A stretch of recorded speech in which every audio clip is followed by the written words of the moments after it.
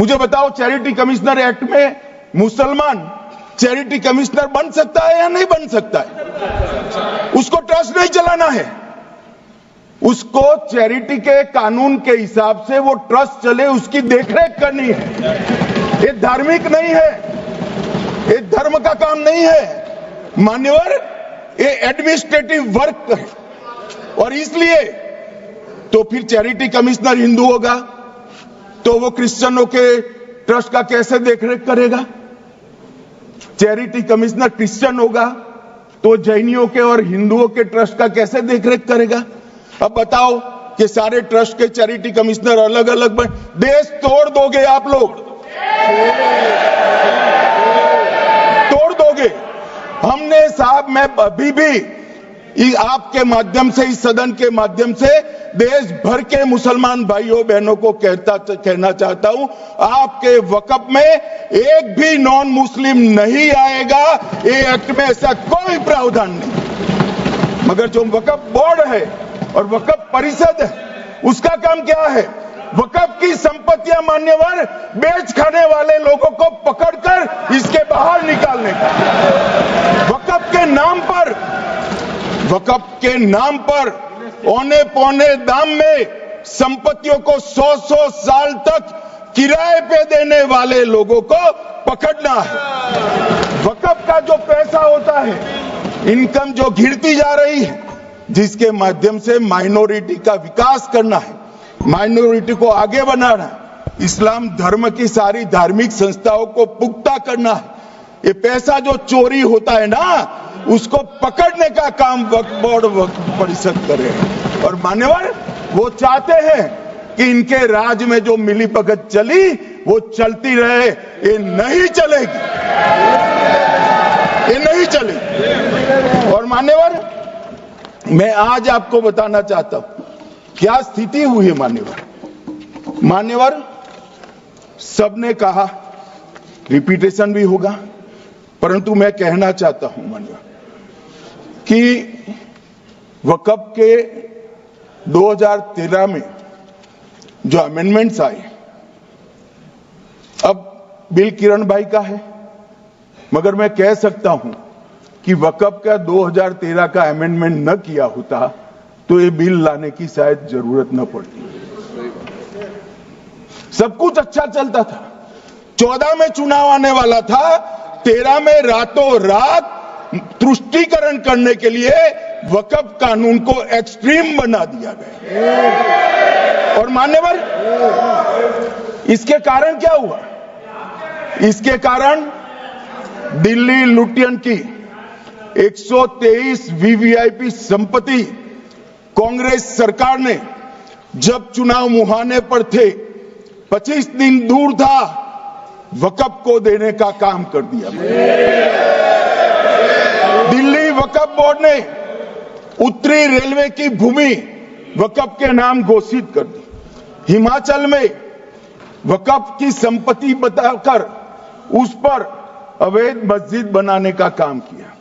250 hectare क्षेत्रफल वाले 12 गांव पर वक्फ का स्वामित्व हो गया तब तमिलनाडु में। और मान्यवर, तमिलनाडु के 1500 साल पुराने तिरुचेंदुरई मंदिर की 400 एकड़ भूमि को वक्फ की संपत्ति घोषित कर। ये जब मंदिर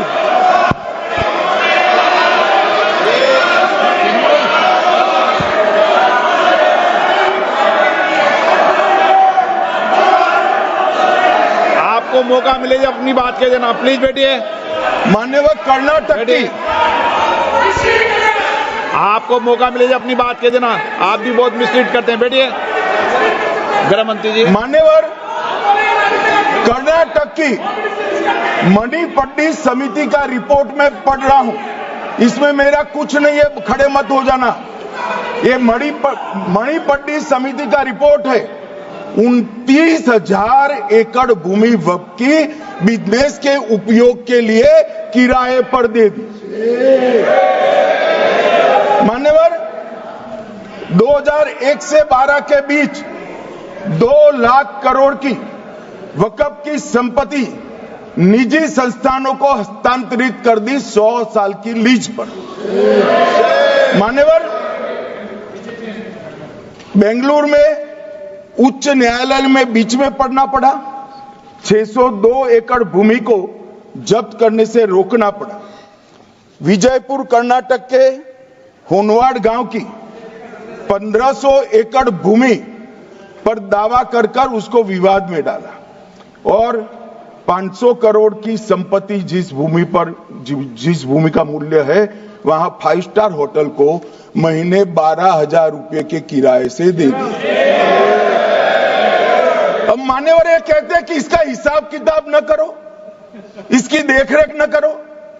भाई ये पैसा जो है देश के गरीब मुसलमान का है, ये गन्ना सोटों की चोरी के लिए नहीं, ये इसको रोकने के लिए। और इनके जो ठेकेदार बैठे हैं मान्यवर, ये यहां गरज गरज कर बोलते हैं, खुद तो समझे बगैर बोलते हैं, कुछ समझ कर बोलते हैं। उनको लगता है कि इससे हम जीत जाएंगे। मान्यवर, कर्नाटक में दत्तापीठ के मंदिर पर क्लेम किया, टाली परंबा 75 साल पुराने एक दावे के आधार पर 600 एकड़ जमीन का दावा किया और ईसाई समुदाय की भी ढेर सारी जमीनों पर कब्जा कर लिया गया। मान्यवर, आज देश के कई गणमान्य चर्च और चर्च के समूह वक्फ बिल का समर्थन कर रहे हैं। उनको लगता है कि इसका विरोध कर हम मुस्लिम भाइयों की सिंपैथी जीतकर अपनी वोट बैंक पक्का करेंगे, उसमें कोई फायदा नहीं होगा अखिलेश।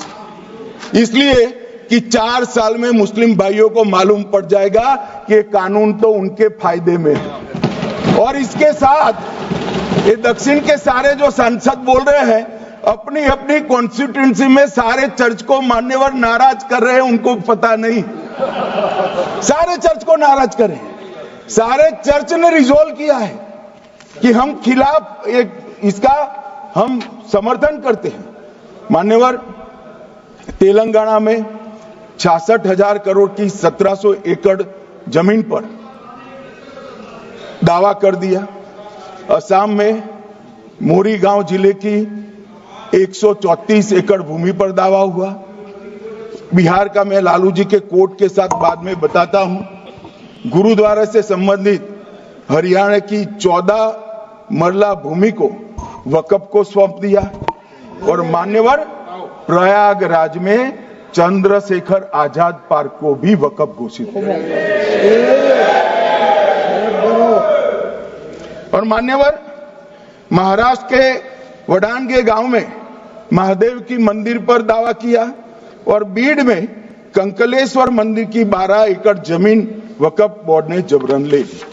मान्यवर, ये सब जब जो चल रहा है, इसमें आज भी मैं स्पष्ट करना चाहता हूं, वक्फ जो कि मुस्लिम भाइयों की धार्मिक क्रियाकलाप और उनके बनाए हुए दान से ट्रस्ट है, उसमें सरकार कोई दखल करना नहीं चाहती है। मुतवल्ली भी उनका होगा, वाकिफ भी उनका होगा, वक्फ भी उनका होगा। परंतु वक्फ की संपत्ति, इसका रख रखाव ठीक से हो रहा है नहीं। वक्फ का संचालन कानून के हिसाब से हो रहा है, निजी उपयोग के हिसाब से। सैकड़ों साल पहले किसी बादशाह ने दान किया, हमारी भाषा में कहो तो धर्मादा किया।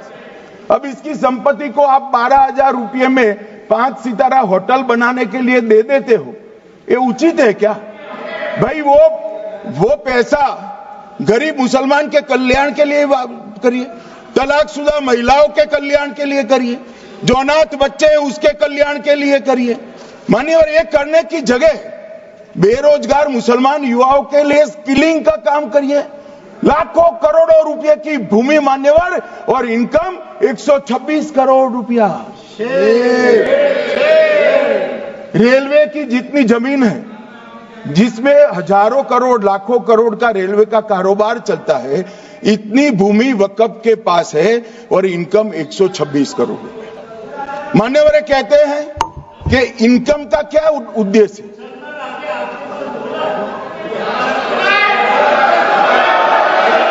बैठ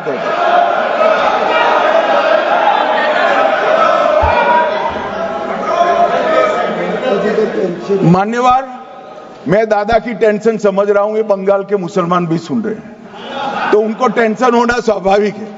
मान्यवर, लालू प्रसाद जी, आज आरजेडी के सारे सदस्य बोले, जब 2013 का अमेंडमेंट आया, मैं लालू जी का तो पूरा पढ़ना चाहता हूं, बाकी सदस्यों का सिर्फ टोकन पढ़ूंगा। लालू जी ने क्या कहा? मैडम, सरकार जो यह संशोधन विधेयक पेश किया है, सरकार की पहल का हम स्वागत करते हैं। शाहनवाज हुसैन जी और अन्य माननीय सदस्यों ने अपनी बातों को यहां रखा, मैं उसका समर्थन करता हूं। आप देखिए, सारी जमीनें